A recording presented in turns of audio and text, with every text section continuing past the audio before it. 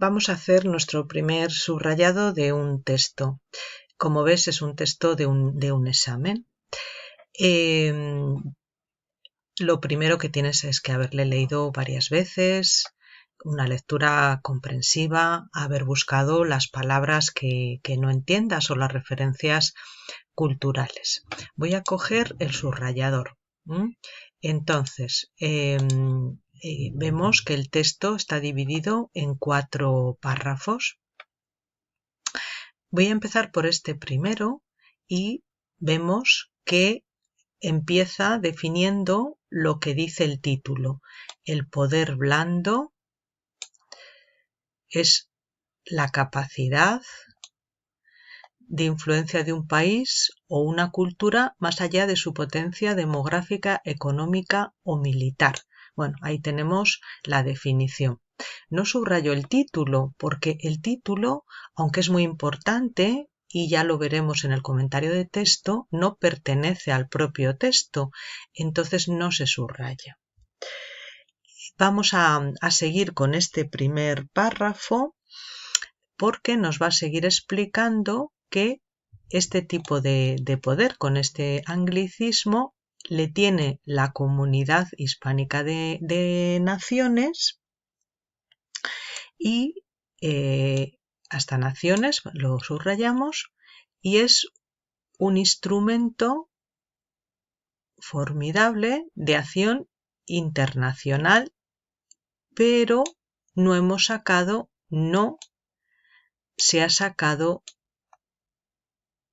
todo su provecho, ¿vale? Tenemos por fin el primer párrafo subrayado. Tal vez luego vemos que los párrafos se relacionan entre sí en el tema. Eso es lo que pasa entre este primer párrafo y este segundo. En el segundo nos dice: la lengua, para Nebrija, que en los comentarios que os he puesto veréis que es el nombre de quien realizó la primera gramática de la historia del español, él decía que es compañera del imperio.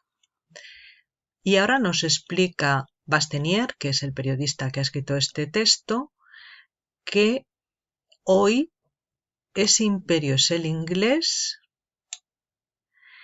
que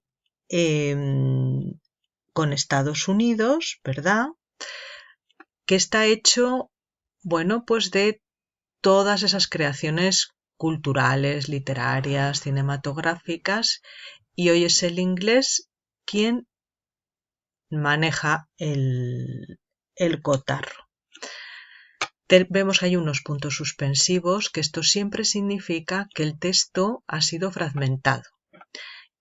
En la selección que hace la universidad ha decidido, bueno, pues cortarlo ahí.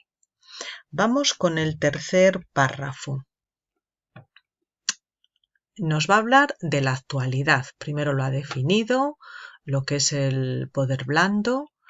Luego nos ha hecho una referencia histórica y quién es actualmente la lengua que tiene ese poder.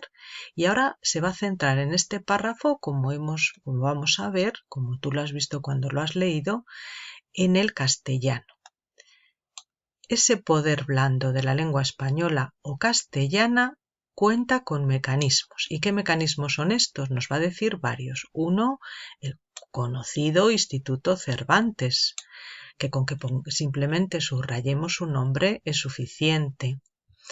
Otro elemento importante de esos mecanismos son los García Márquez, que García Márquez es el nombre de Gabriel García Márquez, el conocido premio Nobel colombiano.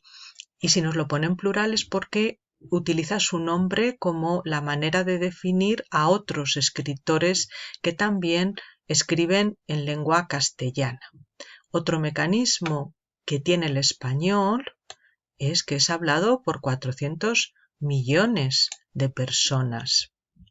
Y luego en lo político también cuenta con la SEGIF y nos dice qué significan estas siglas que nos dice que la SEGIF es la Secretaría General del Mundo Iberoamericano. Todo buen periodista tiene que explicar estas referencias a los lectores que podemos no saber el significado de esas siglas. Muchos textos periodísticos nos hacen preguntas a los lectores, como esta, por ejemplo, que nos lo plantea como un problema. Voy a elegir subrayar esta pregunta en otro color, en color azul, porque es una pregunta que sí que es importante para el desarrollo de este tema que estamos viendo con el texto. Vamos al último párrafo. En muchos textos periodísticos, en el último párrafo se encuentra lo que en realidad defiende quien lo escribe, y este es el caso.